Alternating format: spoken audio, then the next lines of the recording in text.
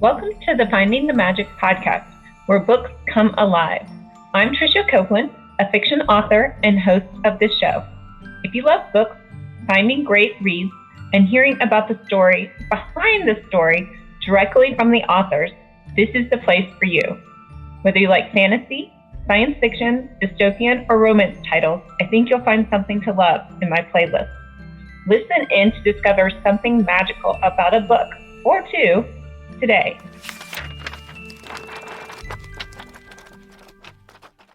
Welcome, Tara. Hi. How are Thanks you for having today? me. Oh, yeah, you're welcome. Yeah. And it's funny. I hope you enjoyed this episode of the Finding the Magic podcast. Oh, you got it right. Yeah, I'm your host, author and podcaster I get Tara a lot Copeland, too. and I love getting behind the scenes. Either way, but today, if you like the podcast, make sure to subscribe and stop in each week to discover new authors and books. Thanks for listening, and until next time, keep finding the magic. Tell us about this book. Okay, so Chasing Through Time is my debut novel, and it was really inspired by my experiences as a junior high teacher. So I have been teaching this will be year 17, I think. I'm already starting to lose track, but it's been a long time that I have been teaching teenagers the whole time of it. So I've noticed some significant changes, particularly in the last 5 or so years. Because of the increase in social media use and just technology and how that has become so pivotal in their lives and therefore had repercussions on their mental health. So Chasing Through Time was my way of communicating what I'm seeing as a teacher and getting that out into the world. Set me up with the characters, and Yes. Is it I guess a little bit of sci-fi fantasy. Is that correct? Yeah. Yeah. So it is contemporary based, but there's a little sci-fi twist because there's a little, not time travel, but I have two protagonists. One girl lives in 2001, one girl lives in 2022, and they go to the same high school, live in the same small town, and their paths cross and they become friends with each other. And that was my means of showing and juxtaposing how life as a teenager has changed so much. There's still a lot that's the same, and they find those similarities. Being a teenage girl has some universal challenges, I feel like. So the boy stuff, the mean girls, the insecurity, all of those things.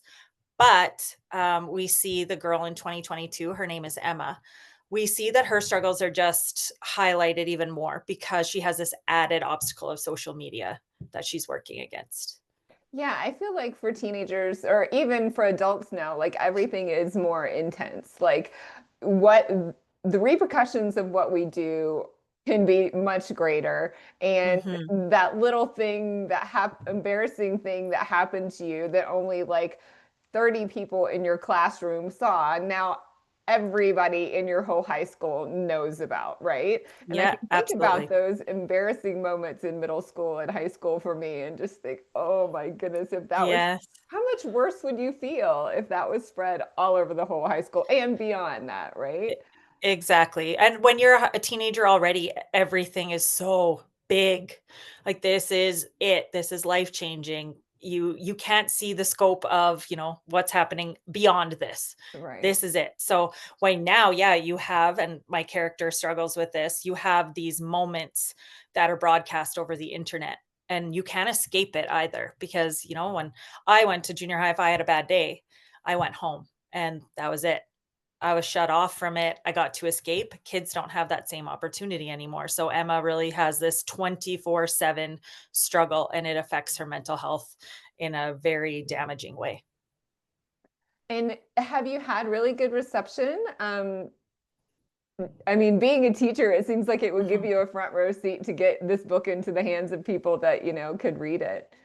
Yeah, I was really lucky. I have kind of a built-in audience for me. I have a group of girls who have been beyond supportive and were like bought it the day it came out and have left me reviews and shared on social media and all of that stuff.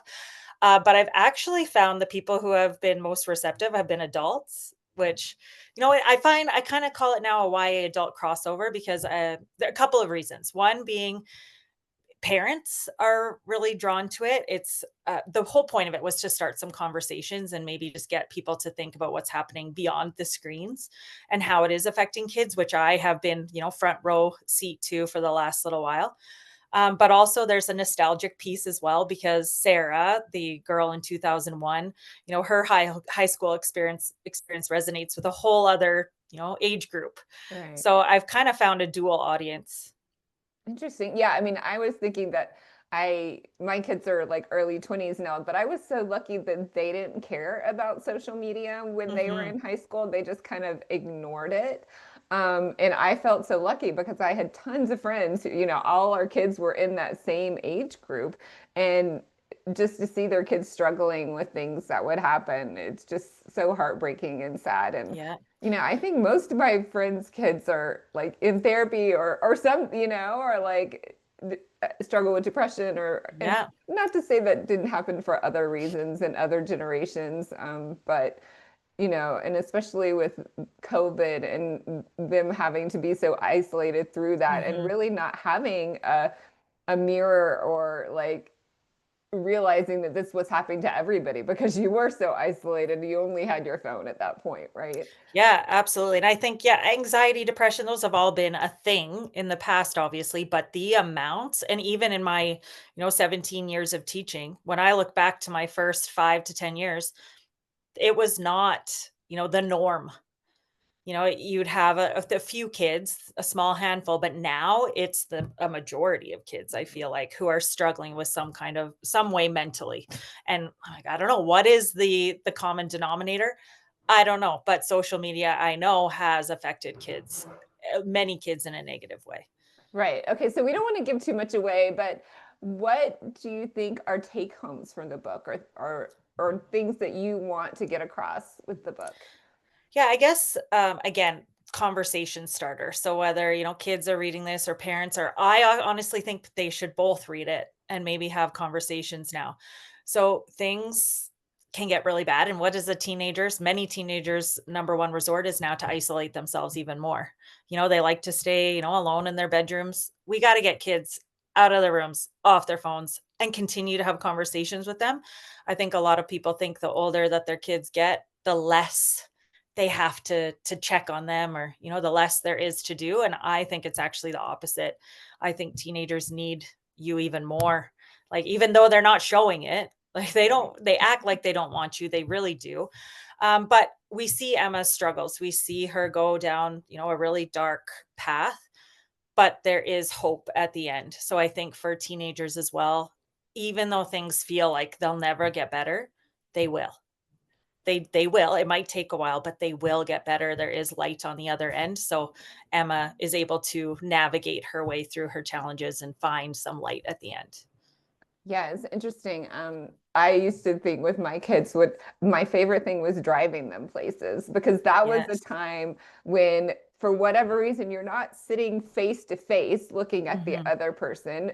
You're just maybe looking out the window, and for whatever reason, it felt safer. Like they would talk to me more Yeah, in those car rides. absolutely. And then when they get, So 16 and driving on their own, you lose that. So you have to yeah, find other ways to connect and absolutely.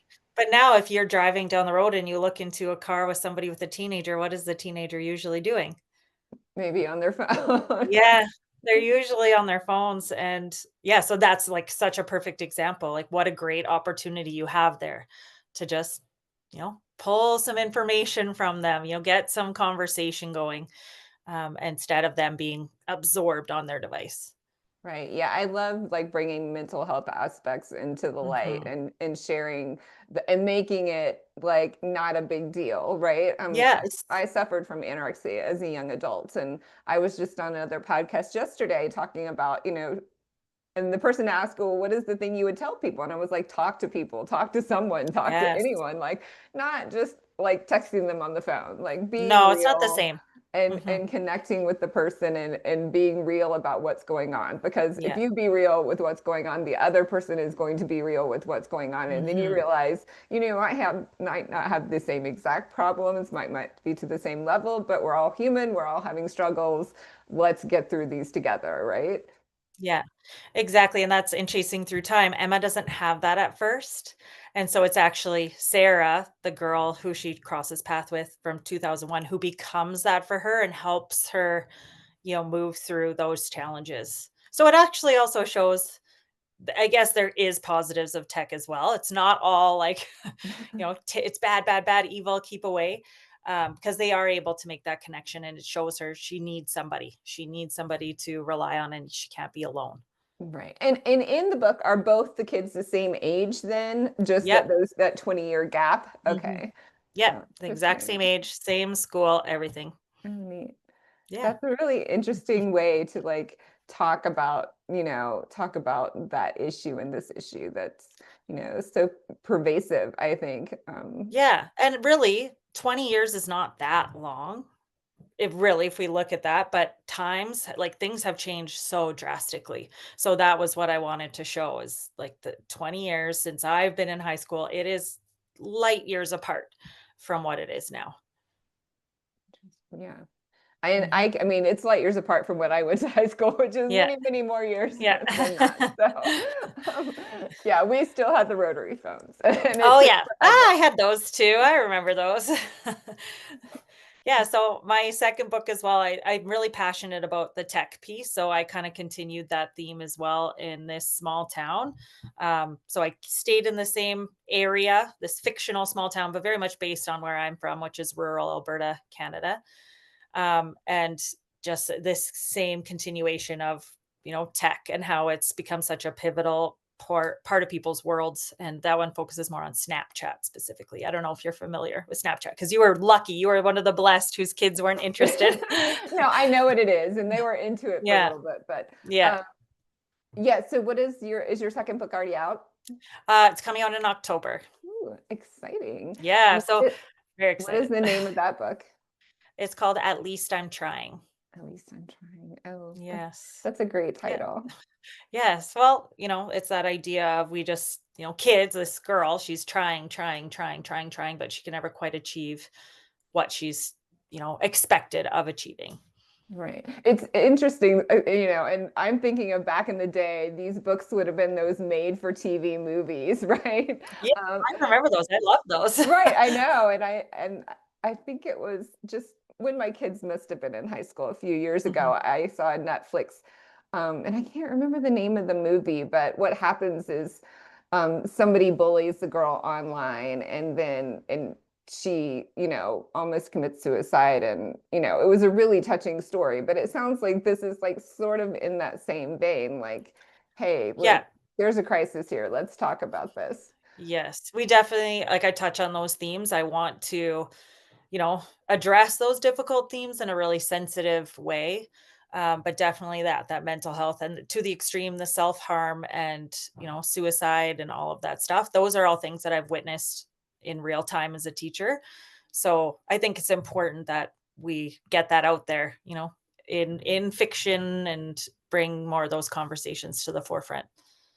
Fun. Yeah, I went to my local book, and my local high school had like the biggest book club in the world. And so that was Amazing. the real, yeah. And they had like 200 kids in their book club. They would have it at each lunch period, every week, like on Wow. Fridays at each lunch period. So that was super fun. I don't know if your high school has a book club like that, but No, see, here's another thing, another consequence of the tech. Kids do not read at the same rate that they used to read. It is really challenging as a teacher. I mean, there are some still very voracious readers out there, but the number of kids who read for pleasure has diminished significantly since I started teaching. Because again, why would you read when you could just flip through your phone and watch a TikTok video in 2 seconds? It takes no effort whatsoever. yeah. So that's I incredible. Right, I yeah. And wish. and and I'm probably guilty of this. I love audiobooks. And I mean, Yeah. it's listening, it's not reading, so it's not Mhm. the same brain function, right? Yeah. So I probably I would s be guilty of that yeah. if I I were a still feel teenager like now. level of stamina though, because you're not, instantly gratified. There's still that build into the story, the development of the characters. Kids do not have patience for that anymore. Like they want now, now, now, now. Their attention spans have completely transformed. since I began teaching, because that takes effort when they're used to everything just being fed to them immediately. So even an audiobook, I feel, is still, still taking some of that stamina, that attention span. Um, yeah, it's very difficult to keep kids engaged in reading. Well, and it's interesting that, I mean, you're saying something negative about the effects of it. And if you're a Mhm, teenager, how would you hear that, right? You would hear, oh, I don't have a good attention span. They're saying bad things about me, mhm. and it's probably not my fault. Not their And fault, absolutely not. right, like, so how do you even get to teenagers that, Yeah. how do you help them see that, Oh, okay, yes, it's not your fault. We see yeah. that. But how do you bring them back out of that? That would be I try and model a lot. So, like, I am consistently reading, or I put up what I'm reading, talk about what I'm reading. That helps a lot of people. But also, I think just that idea of, hey, guys, like, this whole like social media was made to, to change your attention span, to lock you in. Like, they're doing this to you. Like, let's check screen time. I'll do little screen time challenges. You would be alarmed at some of the screen times that come up. But little screen time challenges. So one kid had 13 hours for their average screen time for the weekend. And I said, okay, next weekend, let's try and drop that. And then I'll bring you a treat or whatever, like just making it light of it, I guess. But I have had kids who have come to school on a weekend with a 21-hour screen time average for the weekend wow. per day. So They not did not sleep, sleeping, just not sleeping. hmm. Yeah, it Wow. is, and that is not abnormal. The average, I would say, would be 10 to 12 a Okay. day. Yeah. Interesting. Yeah, so just having those conversations. They know how I feel about it. I think teenagers, it's just not judging them. You having real conversations, they like to be talked to, like they're people, like they're Yeah, they grown-ups. are. I mean, Yeah, yeah. absolutely. Uh, you just have to talk to them real and just listen. I'm not judging, but we got to work on this. Or I also say to them too, why aren't you living your life? Why, instead you're watching other people live their lives? Right. Why don't you go out and make some memories and make some experiences? All you're doing is watching other people do that. That helps a lot. Like, oh, okay. Like, they want to go out. Go out, you do the dancing. You go out and do the hiking. Why are we watching other people do that? Right. Yeah, that's significant because Mhm. um yeah, I as a kid, I didn't have any of those options. And Yeah. and you only had one phone in the I family. know. We Yeah. all had to share that phone, no matter Yeah. how many people were there. So I had 30 minutes, I think I was allowed a day.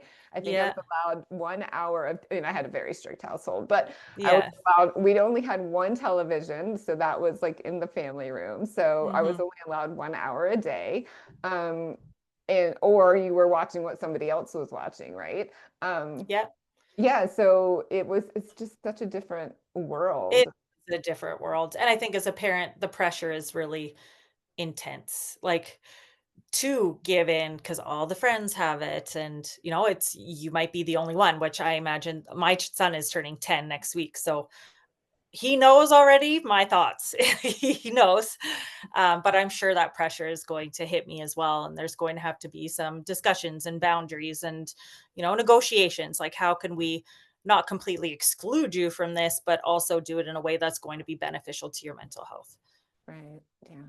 And do Yeah. you give any guides at the end of the book for like starting discussions, or do you have like on your website, do you have ideas for parents and kids to No, but start? I refer to Jonathan Haidt's The Anxious Generation frequently. Mhm. It's kind of exploded over the last year and a bit, I would say. So he's actually leading a movement of delaying smartphone usage for kids. And he has guidelines on how to do that. And he has all of the research to that. So that's kind of what I always fall back upon. It's, Okay. if you ever have the chance to read the book, or it's kind of eye-opening if you actually see the concrete evidence of what's happening to kids in their mental health, depression, suicide, self-harm, all of those things. Eating disorders absolutely have increased as well with the increasing use of social media. So his research is what I always fall back on. It's Okay. fascinating. That's good to know. Yeah. So Mhm. do you have links to all those like on your website and things like that for people, No, or but that just is a link it great in there? idea that I should. Yeah. I'm all about mental health because Yes. when I went to treatment, I mean, the computer was just barely there. Um, Hmm. and I went into treatment with a bunch of other people who were in the same boat, right? And they were like, "Hey, did you do this? Did you do this? Did you look it up online?" And I was like, "Holy, I am so Yeah. glad that I did not look it up online." And No kidding. because basically people are teaching these behaviors, teaching how to Hmm. do this, right? And now it's just everywhere. I mean, you wouldn't Yeah. even, it didn't even occur to me to look it up online, and that would Yeah. be someone's first thought now. Hmm. So, Well, yeah. they do actually test accounts on social media. And so let's say a 13-year-old girl, they'll enter in, I'm a 13-year-old girl. They'll start and they'll just go to that For You page without clicking on anything. And within 8 minutes, eating disorder content and self-harm content is delivered in Wow. every single trial. So that is delivered purposefully to that age group. So you, as someone who has suffered and struggled through that without having, this access to content continuously being fed to you, that you could see how that could affect girls, kids, anybody really. Right, right. No, and it's Yeah. not specific to females either. I mean, No, absolutely. yeah, no, It definitely not. just tends to be on those female test accounts that they are the ones who are more fed that content, where male content typically is more that Andrew Tate, masculine, take back your power content that gets fed to them. Interesting. And I mean, I'm sure ads are driving all of this, right? I Oh, mean, 100%. yeah, Yeah. It's a whole machine. It's a whole, it's made to get people to be addicted. That's what it's made for. right. That's And so interesting. adults do too, right? It's not just kids either. Right, right. Yeah, no, Mhm. I limit my time, and I really Yeah. limit it based on, I don't have enough time in my life. So Absolutely. I have to watch myself as well and, like, put it in the other room, like, and we're adults, so we imagine again, our brains are more developed, we can kind of make those decisions better, so if we struggle, then if you're giving kids unlimited access to that, how much are they going to struggle even more? And Right, actually in Chasing Through Time, I touch on the fact that the mom is also very into her device, and that creates a disconnect between Emma and her mom, so she's even more isolated. Her mom's given her, heck about being on her phone while she's sitting and scrolling on her scrolling. own, Oh, right? yeah. It's not just a kid issue. So it's a universal one. Just kids are my demographic that I'm most Right, familiar right. working Did with. you on purpose make some of the characters I guess I'm going to use the example of Seinfeld and other comedy shows like that. Like they're Mhm. making their personalities like the most concentrated form of that personalities to just kind of highlight different traits and different Yeah. issues. I guess, did you purposely do that, or are they more Well, well-rounded? well, I guess Emma would be, so she's the girl in 2022. She's kind of a conglomeration of real people, real kids that I've taught. So she's not one kid, but she is like a whole, combination of kids that I kind of put into one with all of these experience I've had. So she's a very real girl, and I have a group of girls who are my beta readers, some high school girls now, and they really helped bring her to life and said that she was extremely relatable, and a lot of her emotions are what they feel and what they experience. So yeah, just what I've seen. How do I create this into one character? Right, yeah. And Mhm. you have your test subjects right there in front of I you do. every day, so Yeah. you're very close to that. They're the best for both of my manuscripts, actually. Like, I have one girl, she is my harshest, best critic. Like, she will take the manuscript and color code it, write all over it. She spent an entire summer just, like, pulling it apart and helping bring Emma to life. She is my hero.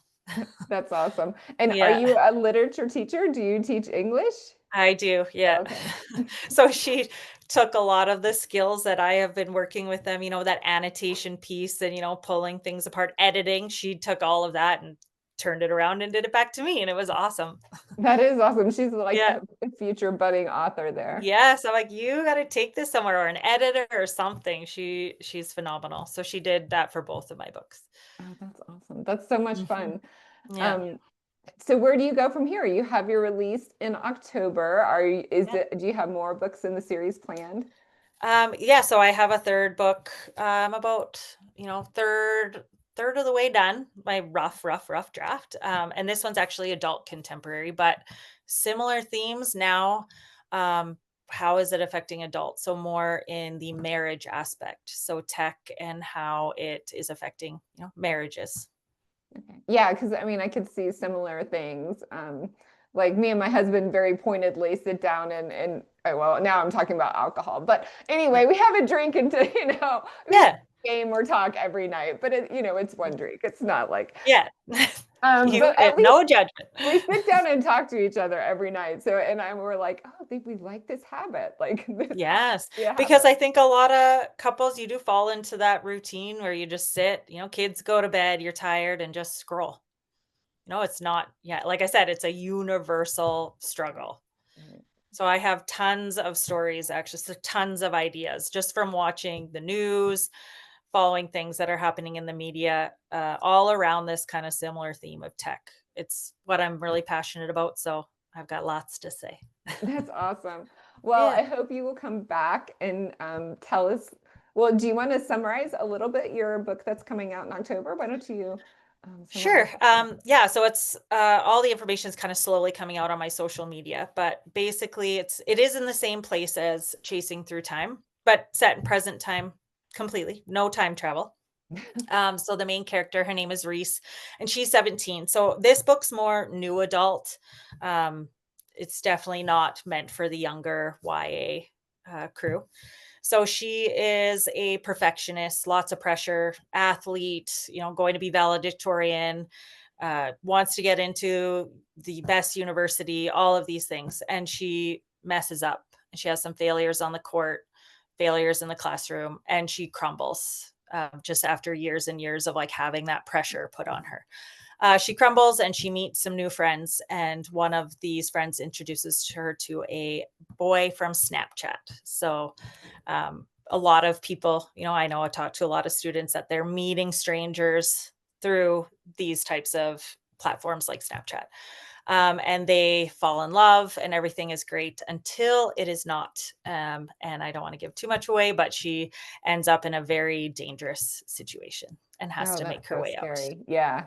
Yeah, Um, it's thriller-esque, but still very contemporary, again, based on things that I've read and heard about in the media.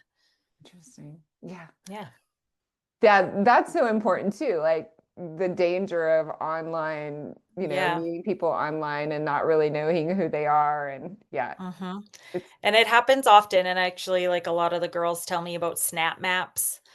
If I don't know if you know what a snap map is, but basically on Snapchat, it's, if you log in and start a Snapchat account, it's automatically on that anybody who follows you can see your real-time location at all oh, times. oh And the wow. kids use it consistently. To They're like, find each "Oh, like other. so and Oh yeah. yeah, so and so is here, blah blah." Like they're constantly watching each other, but the problem is a lot of them friend strangers. So those strangers That now is can very find them in scary. real time. Yes, that is Yes. definitely scary. Mhm. You Yep, know, and I think I stressful. do remember that from when my kids first got on Snapchat. Mhm. And now I Yeah. was so bad. I was on TikTok the other day and people were like inviting me or like asking to follow me on Lemon 8. And I was like, what the heck is Lemon 8? I had I to ask. don't know what that is either. Well, it was like a TikTok knockoff app that when Oh, people thought TikTok was about to go, when the president was gotcha. like doing all of his Mhm. stuff, right? They created this Lemon 8 that was supposed to be like TikTok. And I'm like, I don't even know what Lemon 8 is. Yeah, Like, I'm sorry. but they track you down, and, even as an author, right, you get random messages from people all the time, and I'm like, "Who are these people? How did you find me?" Like, Well, I delete, think delete, it's delete. mostly bots though. Oh, So yeah. yeah. Well, So and that's a whole other issue too, is the kids are starting to make friends with bots. I don't know if you've heard about this, but it's oh, I can terrifying. imagine. Right. Yeah. Yeah. Because I mean, who's at the other side of that bot? It's the same thing Yeah. as like, making friends with a stranger, right? So Yeah. There's too many things to talk about on this, so I have too many stories up here.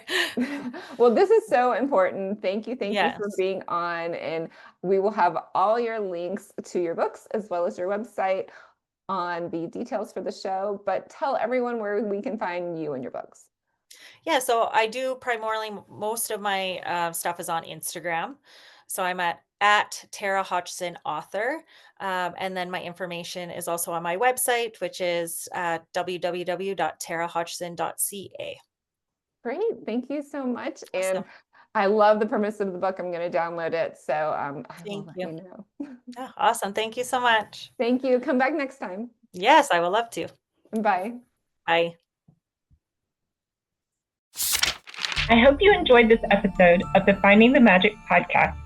I'm your host, author and podcaster Tricia Copeland, and I love getting behind the scenes. If you like the podcast, make sure to subscribe and stop in each week to discover new authors and books. Thanks for listening, and until next time, keep finding the magic.